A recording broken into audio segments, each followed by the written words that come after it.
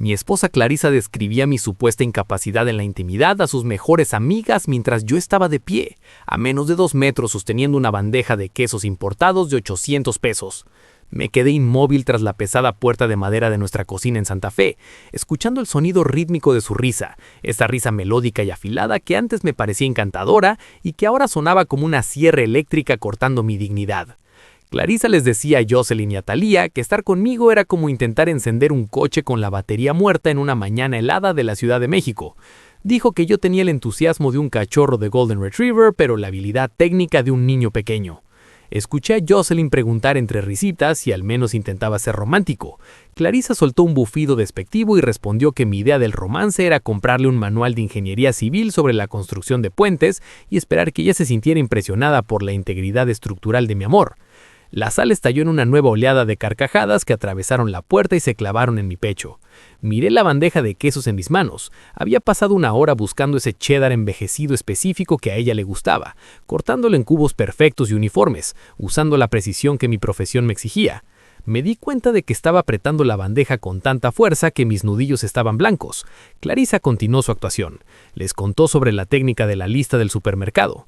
Dijo que se había memorizado todo el inventario del mercado orgánico de la zona porque tenía demasiado tiempo libre mientras yo estaba encima de ella. Empezó a enumerar los artículos: col rizada, leche de almendras, galletas sin gluten y sal de mar. Dijo que en su mente ella ya estaba en la fila de la caja pagando antes de que yo siquiera me diera cuenta de que ella no estaba presente en la habitación. Me quedé allí, en mi propia cocina, sintiendo el aire frío del refrigerador golpeándome la espalda, y comprendí que yo no era su esposo, sino un personaje de comedia que ella interpretaba para su audiencia de amigas privilegiadas. Clarisa les confió que a menudo tenía que fingir migrañas insoportables solo para evitar que yo lo intentara de nuevo.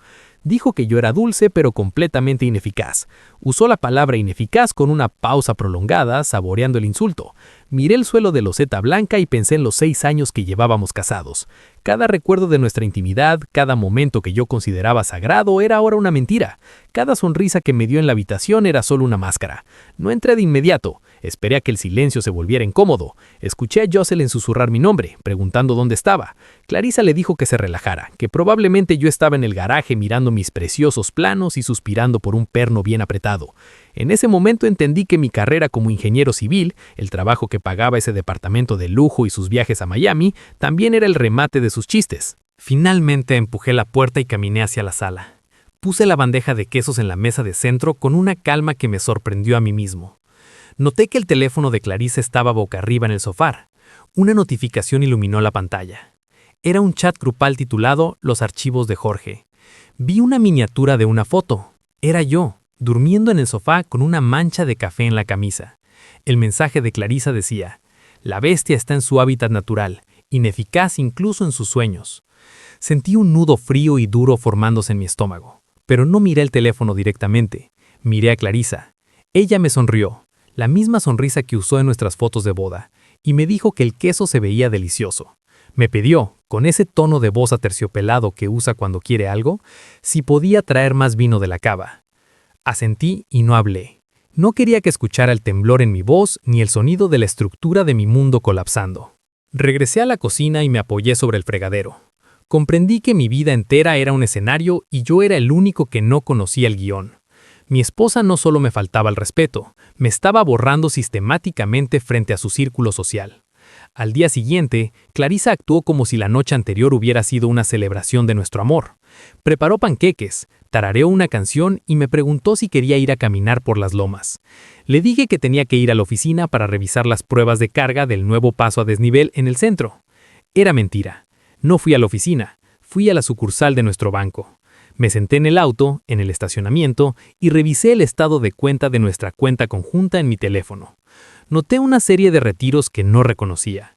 Cantidades pequeñas, de unos 4,000 pesos, se movían cada semana a una cuenta que yo no podía ver. Entré y hablé con un ejecutivo. El hombre, tras revisar el sistema, me informó que la cuenta secundaria pertenecía a una sociedad de gestión inmobiliaria. Salí del banco con una sensación de náuseas.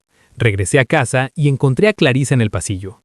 Me dijo que había perdido sus aretes de diamantes, los que le regalé en nuestro aniversario, y me preguntó si los había visto. La miré a los ojos y recordé haber visto esos mismos aretes en su joyero esa mañana. Le dije que no los había visto. Ella empezó a llorar diciendo que yo me estaba volviendo muy olvidadizo últimamente. Afirmó que yo los había movido la noche anterior y que seguramente lo había olvidado. Eso era manipulación pura. Me dijo que estaba preocupada por mi estado mental, que había notado que me quedaba mirando al vacío y que perdía el hilo de las conversaciones. Comprendí que estaba construyendo una narrativa de inestabilidad para alguien más. Más tarde esa tarde, la vecina, la señora Gutiérrez, me detuvo mientras yo sacaba la basura. Me miró con una lástima que me revolvió el estómago y me preguntó cómo me sentía. Dijo que Clarisa le había mencionado que yo estaba pasando por un momento difícil, con síntomas tempranos de algo serio, quizá un desgaste neuronal prematuro. Le dije a la señora Gutiérrez que estaba perfectamente, pero ella me palmeó el brazo y me pidió que fuera valiente por el bien de mi familia. Regresé al departamento sintiendo que las paredes de cristal se cerraban sobre mí. Encontré una tarjeta de presentación en la barra de la cocina a nombre de un tal Vence, un agente de bienes raíces de lujo. Cuando le pregunté a Clarisa quién era, ella dijo que era solo un amigo de Thalía que la estaba ayudando a buscar un regalo para su madre. En ese momento, su teléfono iluminó con un mensaje de Vence. ¿Está listo el paciente para la inspección de la propiedad mañana? Clarisa arrebató el teléfono de la mesa y lo volteó. Me preguntó por qué estaba espiándola, diciendo que mi paranoia era otra señal de que necesitaba descansar urgentemente. Me dijo que había comprado unos suplementos herbales para ayudarme a dormir y me entregó un frasco azul sin etiqueta de farmacia. Dijo que un amigo médico se los había recomendado para mi estrés. Tomé el frasco y fui al baño de visitas. Abrí una cápsula y olí un aroma químico penetrante. No me la tomé. Escondí el polvo en un pañuelo y lo guardé en mi bolsillo. Me di cuenta de que mi esposa no solo se burlaba de mí, estaba trabajando activamente para reemplazarme. Estaba preparando el terreno para declararme mentalmente incapaz y así quedarse con la propiedad y todos mis activos. Me senté en el borde de la tina, escuchando mi corazón golpear contra mis costillas. Estaba atrapado en una jaula de oro con una mujer que quería anular mi existencia. El martes por la noche, Clarisa estaba hablando por teléfono en nuestra habitación. Me quedé en el pasillo, en silencio, escuchando a través de la puerta entreabierta. Estaba hablando con Jocelyn otra vez. Decía que yo me estaba comportando como un niño pequeño, haciendo berrinches porque ella estaba ocupada con sus cosas. Se rió y dijo que tendría que darme una recompensa pronto para que volviera a portarme bien. Usó la palabra recompensa como si estuviera hablando de un perro de concurso. Entré en la habitación mientras ella seguía hablando. No colgó. Me sonrió y me hizo un gesto con la mano para que esperara. Fui al vestidor y noté que el reloj de oro antiguo de mi abuelo no estaba en su caja de terciopelo. Ese reloj era lo único que me quedaba de él, mi posesión más preciada. Le pregunté a Clarisa si sabía dónde estaba. Ella le dijo a Jocelyn que tenía que colgar y terminó la llamada. Miró la caja vacía y luego a mí con una expresión de profunda preocupación fingida. Me dijo que yo mismo lo había vendido hacía 3 días porque quería comprar un set de palos de golf nuevo. Le respondí que yo nunca había vendido ese reloj y que ni siquiera juego al golf. Ella empezó a sacudir la cabeza diciendo que se estaba asustando de verdad. Afirmó que habíamos tenido una larga conversación sobre el tema y que incluso me había mostrado el efectivo. Sacó 6,000 pesos de su bolso y me los extendió, diciendo que ese era el dinero que yo le había dado para que se lo guardara. Miré los billetes y sentí una oleada de náuseas. Yo no había vendido ese reloj. Comprendí que estaba robando mis pertenencias para convencerme de mi propia pérdida de memoria. Salí de la habitación sin decir una palabra y bajé al sótano del edificio donde tengo un pequeño taller. Me senté en mi banco de trabajo de madera en la oscuridad total. Pensé en las palabras que Clarisa había usado. Ineficaz, paciente, recompensa. Comprendí que la mujer con la que me casé era un depredador, y yo era la presa que ella estaba engordando para el sacrificio. Escuché sus pasos en el piso de arriba. Estaba moviendo muebles. Comprendí que estaba preparando el departamento para que Vence trajera a un comprador potencial mientras yo supuestamente estaba en la oficina. Una energía fría y calculadora empezó a reemplazar mi miedo. No me estaba volviendo loco. Estaba perdiendo mi vida, centímetro a centímetro, bajo un plan maestro de traición social y financiera. Toqué el pañuelo en mi bolsillo con el polvo químico. Sabía que no podía confiar en la comida que ella cocinara, ni en las bebidas que me sirviera. Estaba viviendo en un colapso estructural inminente y tenía que encontrar el punto de falla principal para demoler su plan antes de que ella terminara conmigo. Me quedé en el sótano durante horas, escuchando los ruidos de mi propio hogar que ya no sentía mío. Cada crujido del suelo parecía una amenaza. Cada sombra en la pared parecía una trampa. Comprendí que estaba completamente solo en esta batalla. Aún no tenía un plan completo, pero tenía la certeza absoluta de que la mujer que dormía arriba era mi peor enemiga. Me quedé en la oscuridad, esperando que llegara la mañana, sabiendo que los próximos días determinarían si sobrevivía a este matrimonio o si me convertía en otro proyecto exitoso de Clarisa, un hombre borrado por su propia esposa en el corazón de la ciudad. Hablé con un colega de la universidad que ahora se dedica a la investigación privada. Le envié la foto de Benz y la ubicación de la cuenta bancaria. Mi mente de ingeniero empezó a trazar un diagrama de carga. Si ella quería jugar con mi realidad, yo le daría una realidad que no podría soportar. No iba a gritar, no iba a reclamar, no iba a mostrar dolor. Iba a observar, a registrar y a esperar el momento en que su arrogancia la hiciera cometer el error fatal, porque en la ingeniería, como en la venganza, el secreto está en la paciencia y en saber exactamente dónde golpear para que toda la estructura caiga por su propio peso.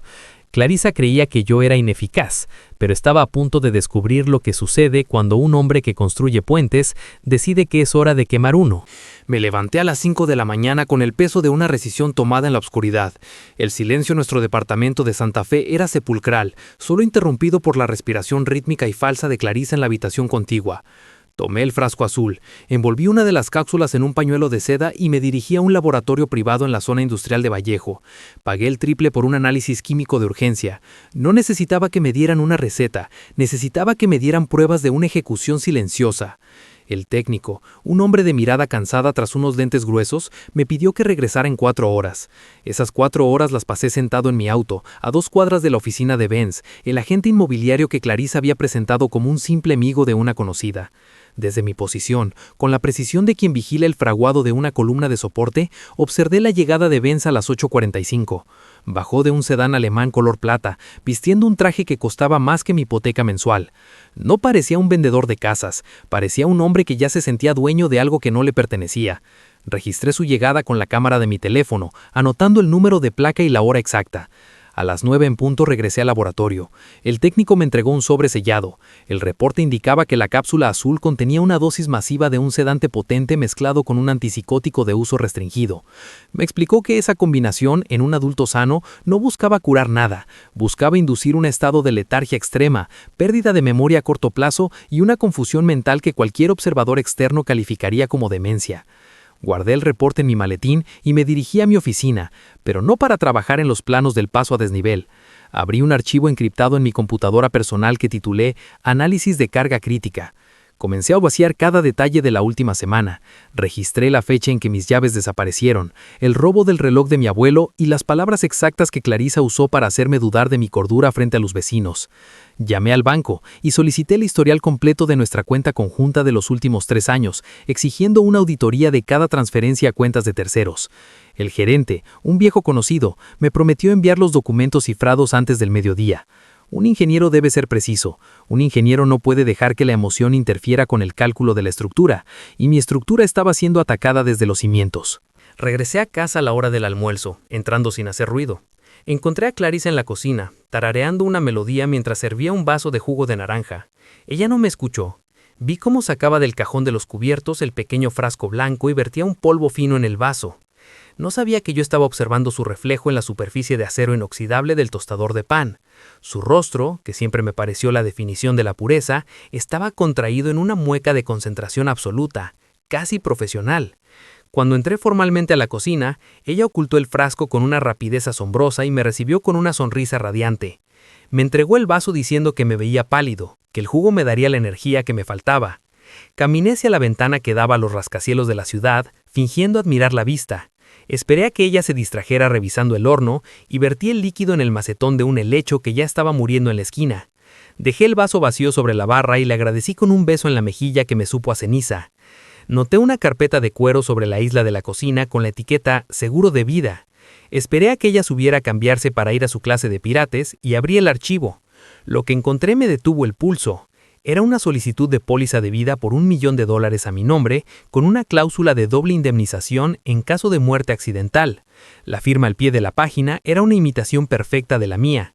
Clarisa no solo había estado practicando mi caligrafía para robarme, estaba apostando por mi desaparición física. Debajo de la póliza, encontré una carta de una clínica psiquiátrica privada en las afueras de la ciudad. Estaba dirigida a ella y confirmaba la reserva de una habitación para un paciente llamado Jorge. La fecha de ingreso estaba programada para el fin de mes. El documento mencionaba que el ingreso sería bajo observación involuntaria debido a tendencias de autolesión reportadas por el cónyuge. El plan era perfecto y aterrador. Me drogaría hasta que tuviera un colapso público, usaría los documentos falsificados para encerrarme y una vez que yo estuviera incapacitado, vendería el departamento con la ayuda de Vence y cobraría el seguro si algo me sucedía durante mi internamiento. Tomé fotografías de cada hoja y regresé la carpeta a su posición original justo antes de escuchar sus pasos en la escalera. Me senté a la mesa fingiendo leer un artículo técnico cuando ella entró a la habitación. Me preguntó si quería salir a caminar, pero le dije que sentía que la cabeza me daba vueltas y que necesitaba acostarme. Vi cómo me observaba, buscando en mi rostro los efectos de la droga que creía que ya estaba en mi sistema. Me ayudó a llegar al sofá, me cubrió con una manta y me besó la frente con una ternura que me dio escalofríos. Me quedé ahí, con los ojos cerrados, escuchando cómo lavaba el vaso en el lavavajillas para borrar cualquier rastro del químico. Durante 2 horas, mientras ella creía que yo dormía, la escuché hacer llamadas en voz baja desde el balcón. Grabé fragmentos de su conversación con mi grabadora oculta bajo la manta. Decía que el proceso se estaba acelerando, que Jorge se estaba volviendo difícil de manejar y que debían estar listos para el movimiento final. Esa noche decidí que era momento de probar su capacidad de reacción y empezar a tomar el control del escenario. Le anuncié, con una calma gélida, que había invitado a mi jefe, el señor Henderson, a cenar el próximo viernes. Clarissa se quedó paralizada con un plato en la mano. Sus dedos apretaron la cerámica hasta que se pusieron blancos. Intentó argumentar que yo no estaba en condiciones de recibir visitas, que mi salud era delicada y que era una irresponsabilidad. La observé con la curiosidad de un entomólogo estudiando a un insecto atrapado. Vi el miedo en sus ojos. Un invitado de alto perfil como Henderson, un exmilitar disciplinado y observador, arruinaría su cronograma de victimización. Le dije que la invitación ya había sido aceptada y que la promoción de mi carrera dependía de esa cena. Pasó las siguientes 3 horas encerrada en el baño. Fui al garaje y revisé la parte inferior de mi auto. Encontré una pequeña caja negra adherida al chasis con un imán. Era un rastreador GPS. No lo quité. Comprendí que ella vigilaba mis movimientos para asegurarse de que yo estuviera realmente en la oficina mientras ella se reunía con Vence en nuestro propio hogar. Regresé al departamento y revisé las grabaciones de las cámaras ocultas que yo mismo había instalado en la sala el día anterior. Lo que vi superó mi peor expectativa. Vi a Clarissa y a Vence caminando por mi sala mientras yo estaba en el laboratorio. Estaban usando una cinta métrica, midiendo los espacios, hablando de quitar la chimenea para aumentar el valor de reventa. Vi a Vence rodearle la cintura con el brazo y a ella apoyar la cabeza en su hombro diciéndole que el departamento sería de ellos en menos de 3 semanas. No sentí rabia, sentí una satisfacción técnica absoluta. Ahora tenía el motivo, el método y a los cómplices identificados. Tenía las pruebas químicas del envenenamiento, los documentos de seguro falsificados y el video del agente inmobiliario comportándose como el dueño de mi casa. Ya no era la víctima de un esquema, era el arquitecto de una contraestrategia. Comencé a redactar una carta anónima dirigida a la junta médica de la clínica psiquiátrica, sugiriendo una investigación sobre la legalidad de los ingresos involuntarios gestionados por el Dr. Aris, el nombre que había visto en los mensajes de ella. No envié la carta aún, necesitaba que la presión estructural llegara a su punto máximo. Fui a la cocina, me preparé un té con mis propias bolsas selladas que guardaban mi maletín y miré el reloj. Clarissa salió del baño, pálida, y me dijo que ella se encargaría de la cena con el señor Henderson. Dijo que sería una noche que yo nunca olvidaría. Estuve de acuerdo con ella. Le dije que yo también estaba ansioso por la claridad que ese viernes traería a nuestras vidas. El viernes amaneció con un silencio denso que se podía cortar con un cuchillo de cocina en nuestro departamento de Santa Fe. Observé a Clarissa a través del reflejo del espejo del vestidor mientras ella se aplicaba el maquillaje con dedos que por primera vez noté ligeramente temblorosos. Estaba preparándose para la cena con el señor Henderson como si fuera una función de gala en Bellas Artes, pero yo sabía que para ella este evento no era más que el obstáculo final antes de mi internamiento forzoso. Caminé hacia la cocina y vi el pequeño frasco blanco reposando en el borde del fregadero. Clarissa se había vuelto descuidada, cegada por la arrogancia de creer que yo ya estaba demasiado drogado y confundido para notar las señales obvias de su sabotaje. Aproveché un momento en que ella fue a retocarse el peinado y tomé el frasco. Era un sedante potente, de esos que se usan en procedimientos quirúrgicos. Sin hacer ruido, reemplacé el contenido con una mezcla inofensiva de azúcar pulverizada y vitamina C que había preparado esa misma madrugada. Dejé el frasco exactamente donde estaba, sintiendo una satisfacción técnica casi quirúrgica. Fui a la sala y verifiqué la interfaz de nuestra casa inteligente. Había programado la pantalla de 100 pulgadas del comedor para que se activara a las 9 en punto de la noche. También me aseguré de que Jocelyn y las demás mujeres del chat grupal recibieran un mensaje de mi parte invitándolas a llegar para unos tragos a las 8:30, bajo el pretexto de que Clarissa quería celebrar una transición de vida importante. Sabía que su presencia proporcionaría la audiencia social que Clarissa tanto temía y a la vez tanto necesitaba para alimentar su ego. El señor Henderson llegó a las 7 en punto. Es un hombre alto, de cabello canoso y una mirada observadora que no perdona errores, forjada en años de disciplina militar antes de entrar al mundo de la infraestructura. Lo recibí en la puerta y tomé su abrigo mientras notaba a Clarissa parada en las sombras del pasillo, pareciendo un espectro en su vestido blanco de diseñador. Se acercó a nosotros sosteniendo 2 vasos de whisky etiqueta azul. Vi cómo su mano flaqueaba apenas 1 milímetro cuando le entregó el vaso al señor Henderson. Tomé mi propio vaso y la observé fijamente, sosteniendo su mirada hasta que ella tuvo que parpadear. Ella esperó a que tomáramos el primer sorbo con una ansiedad contenida que me resultó fascinante. El señor Henderson levantó su copa y brindó por el éxito de las pruebas de carga del nuevo paso a desnivel. Fingí beber mientras inclinaba el vaso de modo que el líquido apenas tocara mis labios, pero el señor Henderson dio un trago profundo. Clarissa sonrió, una sonrisa fría y desesperada que no llegaba a sus ojos. Nos sentamos en el comedor principal bajo la luz de la lámpara de cristal. Ella había preparado una cena complicada de cordero asado y vino tinto de reserva, moviéndose con una gracia ensayada. Durante el primer tiempo empezó a hablar sobre mi salud con un tono de preocupación maternal que me revolvió el estómago. Le dijo al señor Henderson que yo estaba luchando con un agotamiento extremo y que probablemente necesitaría una licencia prolongada. Insinuó que mi memoria estaba fallando y que le preocupaba mi capacidad para finalizar los cálculos críticos de los puentes del centro.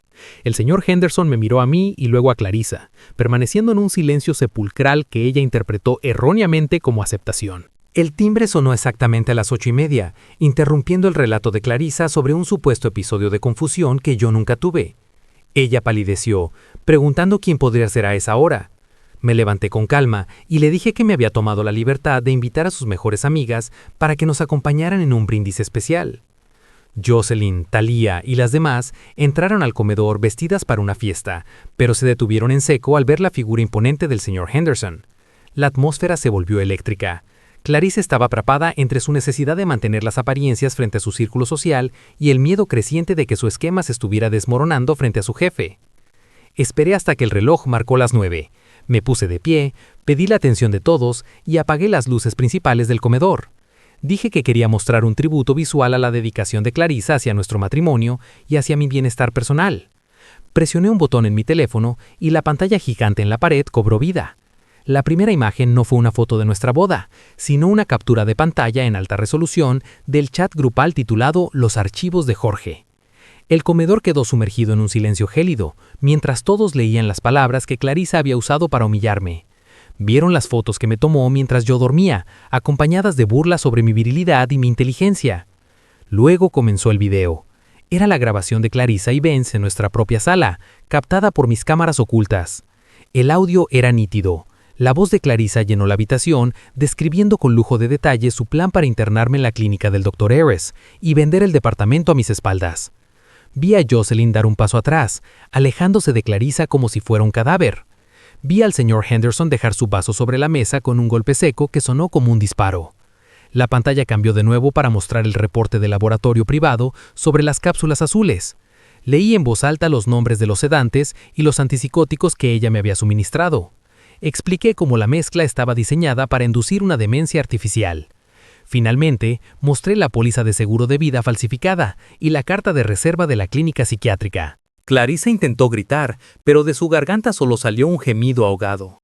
Miró a sus amigas y solo encontró rostros llenos de horror y asco social. Miró al señor Henderson y se encontró con los ojos fríos de un hombre que ya estaba calculando su testimonio ante un tribunal. Le informé a toda la sala que ya me había puesto en contacto con la policía y con el consejo médico para denunciar al Dr. Harris por su participación en el esquema de sobornos. Me giré hacia Clarissa y con una voz que no contenía ni un gramo de odio, solo una precisión técnica absoluta, le dije que tenía 3 horas para sacar sus pertenencias personales de mi propiedad. Le recordé que el departamento y todos mis activos estaban ahora protegidos por un fideicomiso ciego que yo había establecido días atrás y que ella no vería un solo peso de mi patrimonio. Vi cómo se derrumbaba físicamente, perdiendo esa postura de reina de sociedad que tanto le había costado construir. Su reputación estaba muerta, su seguridad financiera era inexistente y su cómplice, Vance, enfrentaba ahora una investigación por fraude inmobiliario y conspiración. Los invitados comenzaron a retirarse en un estado de shock absoluto, evitando mirar a Clarissa mientras pasaban por su lado. El señor Henderson se acercó a mí, me estrechó la mano con firmeza y me dijo que mis pruebas de estrés eran las más precisas que había visto en toda su carrera. Salió del departamento sin dedicarle una sola palabra a ella. Caminé hacia la puerta principal y la abrí de en par. 2 oficiales de la policía ya estaban esperando en el pasillo. Les entregué el frasco blanco con el resto del sedante original que había guardado y las grabaciones de las llamadas telefónicas de Clarissa. Vi cómo se la llevaban del departamento, vistiendo su elegante vestido blanco que ahora parecía un sudario bajo la luz fría de las lámparas del pasillo. Se veía pequeña, rota y completamente sola, mientras las puertas del elevador se cerraban. Regresé a la cocina, vertí el resto del whisky en el fregadero y lavé las copas con agua fría. Me senté a la mesa del comedor, en el silencio absoluto de mi hogar recuperado, y sentí como el peso de 6 años de mentiras se desvanecía. Ya no era el protagonista de una comedia humillante, era un hombre que había construido un puente sólido hacia su propia libertad, dejando que el peso de las propias acciones de Clarissa fuera el que finalmente demoliera su mundo.